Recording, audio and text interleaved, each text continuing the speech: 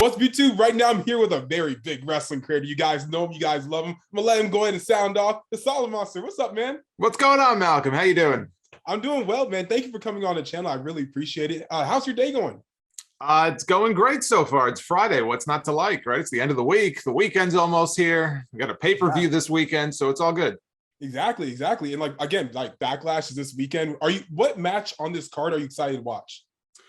I really enjoyed Cody and Seth at WrestleMania, so I think that they'll have another great match. I think that AJ and Edge will have hopefully a better match than they had at WrestleMania, so those are probably the two. Fair enough. I was really excited about the whole tag team unification. Then they kind of just screwed it up with the 6-man. I'm like, well, my interest dropped significantly for Backlash. Yeah. Apparently that they never really had a plan of doing a unification. It was all just it was a put on. It was all just a show, just to string us along. So exactly. You hate to see it, but maybe one day, hopefully, but we'll see. But I want to talk a little bit more about you. I mean, you're just massive content creator on YouTube right now. You got your start back in 2007, I believe, correct? Mm-hmm, correct. What was your journey getting into YouTube and just professional wrestling media? I mean, the podcast, it started as a favor to a friend who was running a wrestling news website, and we were trying to brainstorm new potential content for the site. And I offered to do an audio show. And so that's kind of how the whole thing started. And then it grew and it just kind of took off. And eventually I branched out, independently.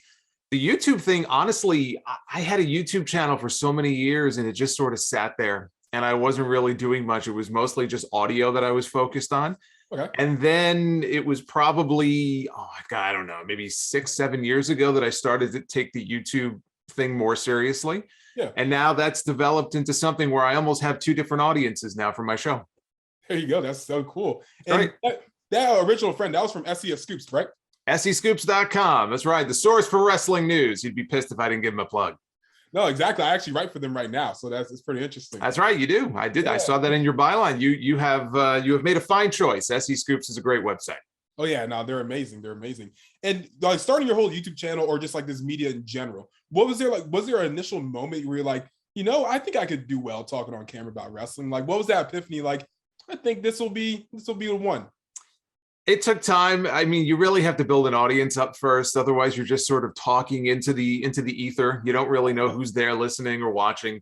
So I think once I had built up enough of an audience with the audio show, I felt more comfortable branching out into the video aspect of things. And everything has just fallen into place. I can't complain. We have a great little community that we've built on YouTube, and the channel is growing and getting stronger every month. So things are going well. Did you ever have any dreams of being an actual wrestler, or you were just dead set, you know what? Nah, talking, announcing, etc. That's what I want to do. If I was going to be a wrestler, I would have been one of those guys they were paying $500 to get his butt kicked on Saturday mornings. That would have been it for me.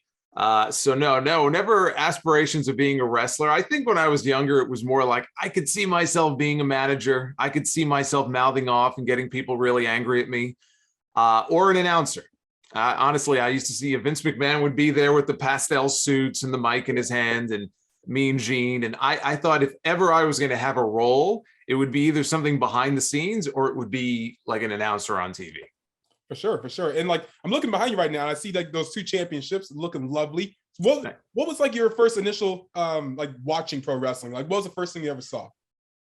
First thing I ever saw, wow. First thing I ever saw would have been in 1987. Yeah. And I don't know that I can tell you the very first segment that I saw, but I could tell you the first segment that I remember watching that really had an impact on me was Randy Savage attacking Ricky Steamboat ahead of their match at WrestleMania 3. And I don't know if that angle actually goes back to late 86, but I'm going to say 87, where he injured him with the ring bell. He knocked him throat first on the metal barricade. And I just remember Ricky laying on the gurney and he was acting like he couldn't breathe. And I thought I was about to witness a death on television. It was somewhat traumatic for me, but then it led into one of the greatest WrestleMania matches of all time. And although as a kid, it was more about Hogan Andre, as I think it was for most people. You get a little bit older, you get more of an appreciation for the Savages and the Steamboats and people like that. So that's how far back it goes. It's been a while. Yeah, actually one of my first interactions with wrestling was watching Steamboat come back to WWE back in 2009. So we're talking about WrestleMania 25. So I'm like, oh, who's this like old head that's about to fight Jericho? And then Two turns out he's different, like really two good. di- I'm like, huh. two different generations here, right? Well, I go back to the first Steamboat return, you go back to the second Steamboat return. Yeah. Second one, yeah. No, like when I first saw him, I was like, wow, I didn't know an old man could wrestle. Then I look at him like, well, this dude's a legend. Holy crap. He looked great though in 09 when he came back. He was probably early 50s at that point. He looked great, and he had that singles match with Jericho, I think, right after WrestleMania that year. So it's too bad. I know he got hurt. They did the angle with the Nexus and he got hurt, and it's a shame that happened. But yeah, he came back, and it was almost like stepping out of a time warp. Like, wow, the Dragon is back. This is great. Yeah, especially compared to like, I think it was like Snuka and Piper were also there. And like they were kind of moving a little slow, but like Ricky, he just went for it. I'm like, wow, well, this is Snuka, sick. yeah, Snuka could barely move at that point. Ricky looked like a young man compared to the two of them. Yeah, for sure. And like, what was your first interaction with wrestling that wasn't the WWE? Because I always feel like a lot of people don't really know about stuff outside of just WWE until they get a little bit older. I know like maybe your generation might be like a WCW, but what was your 1st one? Yeah, NWA, WCW. I didn't have cable at that time. When I was that young, we didn't have cable. So I would go over to my grandparents' house. They had cable. They had TBS. So I would be watching WCW Saturday night. And that was probably the main show. So the other wrestling product, it probably was just WCW, because I don't even know that we really had access to some of the other promotions where I am here in New York at that time. Yeah. And then years later, it was ECW, but that was, kind of mid 90s.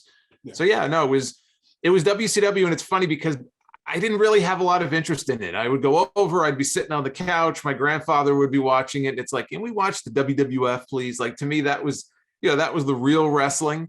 And now years later, like, I love to go back on the network every now and then and watch one of those old NWA shows. And I love it. I didn't have an appreciation for it at the time, but I loved Sting, and they had Vader, and, Ric Flair was there, obviously. So it was really those two companies. Of course. And one thing I always thought was really interesting about your channel is that you post like these very long streams, like a 2-hour show, basically. And like the interaction on it seems to be just perfectly good. So what does it take to grow a channel to that point where you can have these long streams and also keep that engagement up? Consistency. I think you need to be doing it consistently. And I have people sometimes who will email me and ask me for advice, and I love to give them whatever tips I can just based on my own experience. I think you need to, consistency is important. Quality is obviously important as well. You don't want to be talking into a tin can. You have, basically good equipment. If you're on camera, just get a basic webcam so people can see your face. You have to have a good voice for it. Not everybody does. Some people are timid. They're a little shy. You have to get over that. And I tell people that the only way that's going to happen is practice, repetition. Just keep doing it over and over again until you get comfortable, and you'll find your voice. Don't try to mimic someone else or sound like someone else. You've got to be you, and you've got to be just honest in the opinions that you give. If you're going to lie, if people think that you're trying to be something you're not, they're going to see through that right away. So I think have fun with it, be consistent. And if the quality is there, it may take some time. It can be frustrating, but you will build an audience eventually. And like you said, with the streams, it's great because we can have a stream that has, 700 people. We can have a stream. I've had streams that have 2,000-3,000 people, and everybody's in the live chat. I could barely follow what's going on because I'm a one-man show, but we have that interactivity, and they're sending in messages and stuff. And it's just fun. You want to create, I think, a fun atmosphere where people are going to want to come back. Of course. And like, who are some of the people that you watch on YouTube right now? Like your favorite wrestling personalities and whatnot? Because obviously there's guys like you, Chris Van Vliet, Denise, Sean, there's a bunch of people. So who are you watching? Yeah, I mean, I'm a little hesitant to start naming people just because I know I'm going to forget some people. I have a lot of friends in the community, and there's a lot of great channels, and some that are even, much bigger than mine.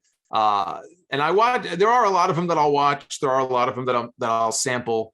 Again, I have some friends who have shows on their own channels, but then there are channels that are non-wrestling affiliated that I also enjoy watching, and I can name one of those. Okay. There's a movie, kind of like a movie review type of YouTube channel. The guy's name is John Campia, and I follow a lot of his work. And to see, and this is to go to your earlier point about the journey that you asked me about, I bring him up because I can remember watching him, not even watching him. I can remember going to his website. He had a blog. Oh, God. And this is going back over a decade ago. Yeah. And it was a blog. It was a very basic blog called the Movie Blog.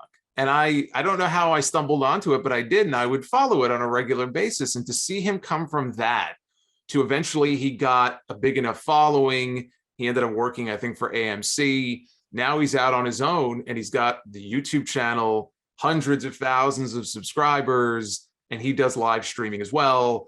And I almost enjoy watching him sometimes just more to see how he does things than the actual content that he's talking about. And he's another example of someone who started small and just kept building and building and building. And he's got great content. So people stuck with him. And now he's, he does it for a living and it's so much bigger than it ever was. So I follow a lot of different ones, but it's not just wrestling. There's non-wrestling ones too. That's good. That's good. And also, I saw that you also do commentary for House of Glory, which is a incredible promotion, big time in New York. How did that role develop? I was invited to a show. This is probably going back about 4 years. And I was invited to a show, a friend of mine who's another content creator, and he's one of the ones whose content I follow as well, JD from New York. And he has been a commentator for House of Glory for longer than I have been. And I think it was him who suggested, why don't you come out? We're going to try doing this pre-show panel thing, and we'd like to have you on the panel. So we did that, and I was at my first show that night, and somebody who worked there came over and said, hey, would you like to sit in on commentary for a match? We're going to actually have an Impact World title match, like an open challenge on the show.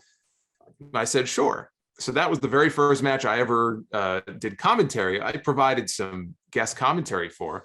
And I kept coming back to the shows, and they had their own team. But whenever there was a spot for me to kind of work my way in there, they would invite me in and I would do commentary. And I wasn't probably that great at it because commentary and podcasting, two different things. Just because you think you're good at one doesn't mean you're good at the other.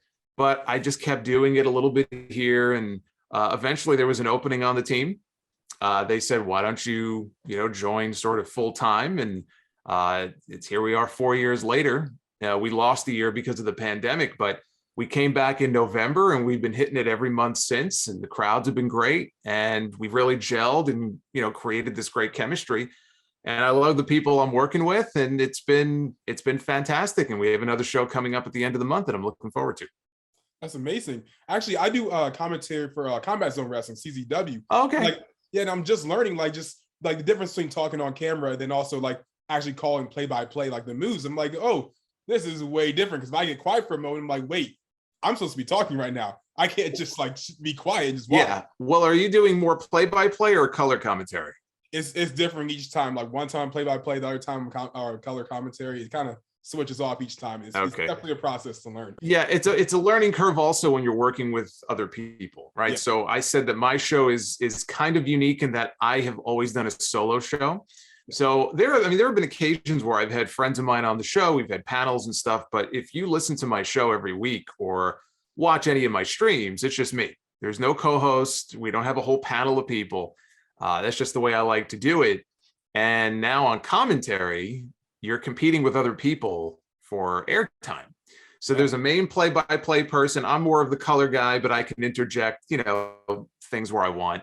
And then there's a third person typically with us. And that to me has been the biggest struggle. And I think we've done very well with it, but you have to get used to sharing the space with one or two or three other people. You don't want to be walking all over each other. So yeah, it's like you said, it's a process. The more you do it, again, repetition, keep practicing, keep doing it.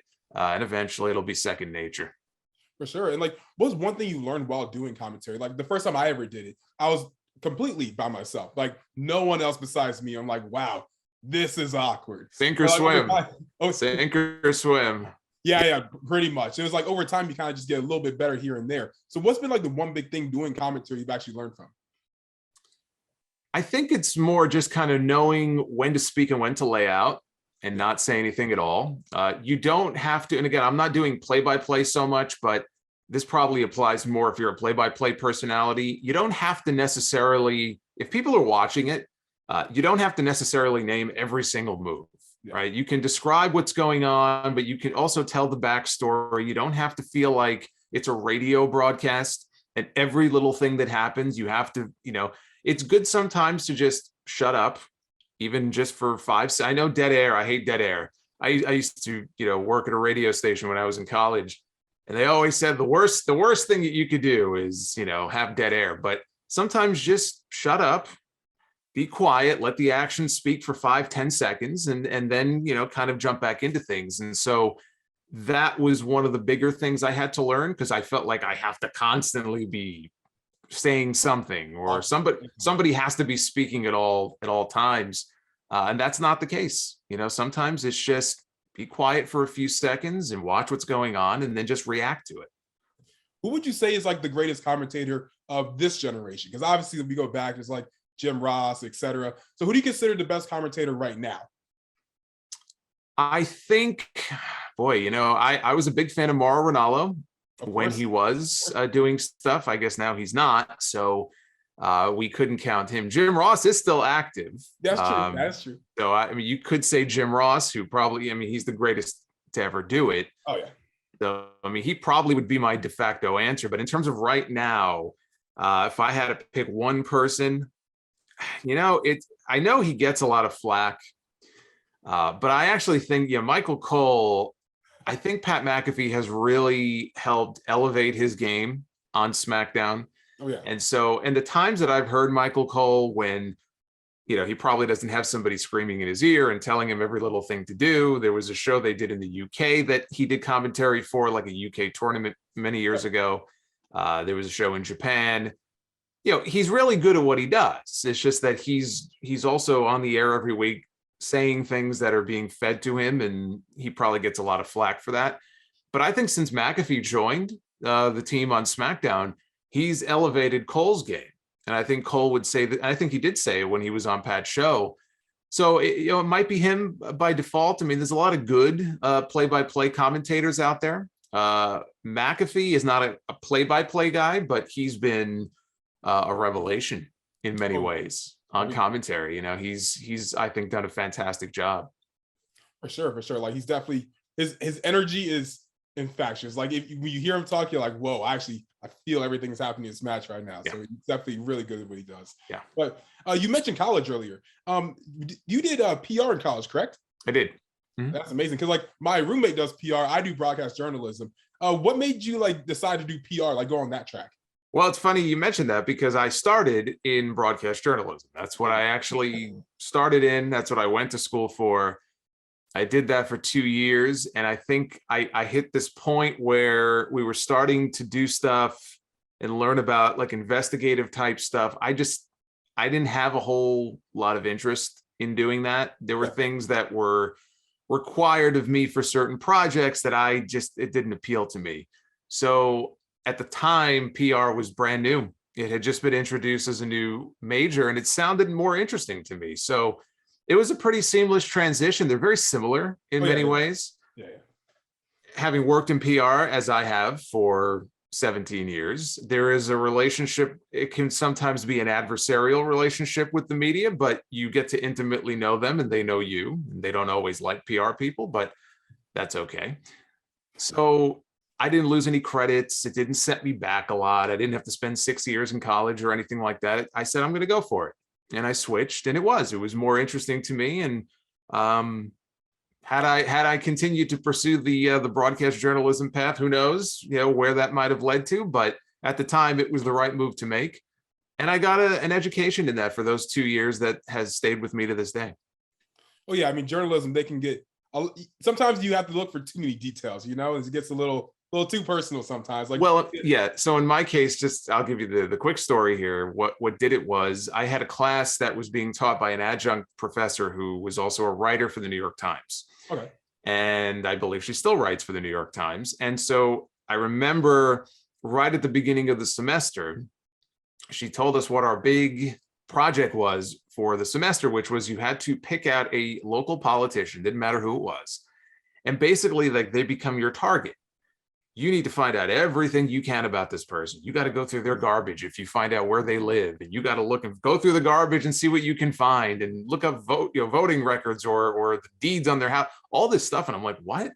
Yeah. Going through their garbage. I don't want to do that. A little too much. Yeah, like this doesn't feel right to me. And just the idea of doing it, like it just didn't sit well with me. So that was really what made me think, you know what, this is going to be a pretty miserable semester if this is what I have to do. So, and then there were some other girls in the class who were like, hey, this PR thing where a lot of us are switching. I'm like, all right, I'll look into it. And I ended up doing it. Did you switch because of the girls, or is it just because you actually like PR? I think it was a little bit of both. Okay, fair enough.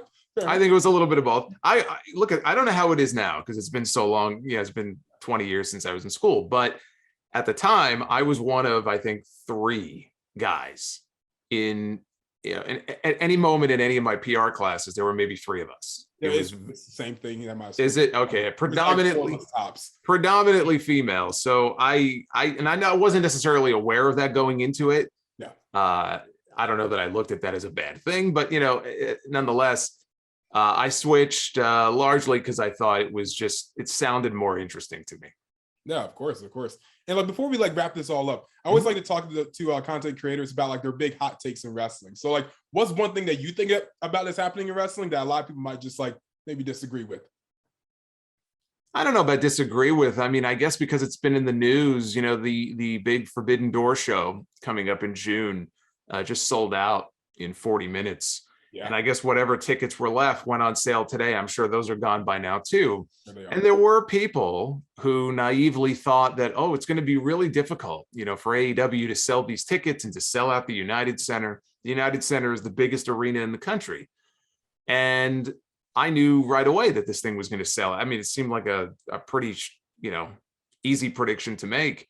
And there are people and people in some cases who write for these reputable news outlets and websites who thought otherwise. And it's just, I don't know what these people are thinking when they say some of the things that they say, or they think that, well, there's not going to be any interest in this because it's, it's just the hardcore audience. They're the only ones that are going to care about this. And I think they underestimate how passionate those hardcore fans are. And they're willing to put their money down and come out and buy tickets and fly and come out for these big shows.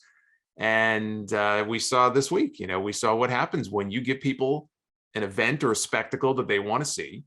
They're willing to pay for it and buy a ticket and come out. And I think it's great. I think it's great for the fans. I think it's great to see 2 companies working together like that. And I just don't understand how there can be people, and there are, if you go on social media, you'll see it.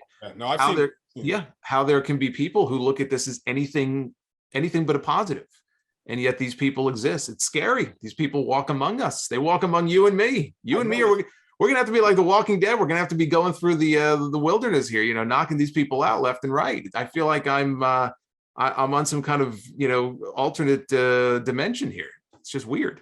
No, I was thinking one of the same things as well, because in the queue was 20,000 people. And I was one of those people too. I got up for a minute, went to my Patriot or cafeteria or whatever to get food, came back, sold out. I was like, wow, awesome, just great. It's out here for 20 minutes for nothing. And I understand that there's also frustration I noticed with people who were of the impression that they were going on sale on Friday. Yeah. And that was the official on sale. There's always a pre-sale with these things, but AEW really was pushing May 6th as the date. And then May 5th comes, and all of a sudden, the majority, probably 80% of the tickets are gone. Yeah. I understand that frustration. I think WWE and AEW both have to do a better job in the future. Letting people know, okay, this is the official date, but there is going to be a pre-sale. They don't really push it. No. And if you're going to do what AEW did here and let most of those tickets go the day before what you advertised on TV, you're going to have a lot of very upset people. And I think that they're rightfully upset. I understand it. Yeah, man, I'm just trying to get a ticket, even if it's in nosebleeds, just something. But it is what it is. They'll pop up. There'll be people willing to sell them. Believe me, you might pay more than you would have through Ticketmaster, but if you want to go, you'll be able to go. Oh, I know. I know how much I paid for WrestleMania. It was too much. But for our last question, man, what's your goals in wrestling right now? Where do you see yourself in the next year? What's the end goal for your channel, for you as a person? I think the goal is, I don't really have an end goal. It's kind of open-ended. I just want to keep growing it. I want it to, keep improving. I want to myself keep improving and learning and coming up with new ideas for segments, which is something I've always done on my show over the years. I've had different segments called, buy or sell. We've done a This Week in History segment. I had an RSPW Rewind segment, looking back at the earliest online wrestling internet communities that people didn't even know this thing existed. And I go back through old posts and see what people were talking about 25, 30 years ago on the internet. I do different countdowns. So I'm always trying to come up with new stuff to keep people engaged and interested. So in terms of YouTube and the main show, I want to just keep growing it. In terms of House of Glory, I want to keep, improving my game and stepping up there. There's no goal there where I'm only doing this because I want to work for this company or I want to work for that company. When I was younger, the goal was one day I'm going to work for WWE, right? That was the goal when I was probably, in my teenage years. And yeah, I'm a different person now. And I've done well enough with the show and with the channel where if I don't want to do anything else, I can do that and support myself. And that was always one of my goals. Well, I've reached that goal. Even though I'm still doing the PR thing, I've attained that goal. And so now whatever happens after this to me is just gravy. And I think there will be other opportunities that come along. We'll take them as they come. But if this is what I'm going to be doing for the foreseeable future, as long as my audience is there and keeps growing, I'll be happy. And if it does lead to something bigger one day on a bigger platform, then that would be great too. That was such a perfect answer. It's like a Disney movie. I loved it. That was great. I never really considered myself a Disney character, but I can live with that. Watch Disney at all? Any favorite Disney movies? Toy Story. I guess what Toy Story counts, right? Pixar. Fair enough. I mean, Toy Story 4 kind of ruined it all for me. That ending kind of just it screwed it all up. Did it? Well, I mean, to me, the original is still. I hold that in very high esteem. Oh, the original one was great. It's just number 4. That's like when it gets like awkward. Or was it 3? 3 or 4?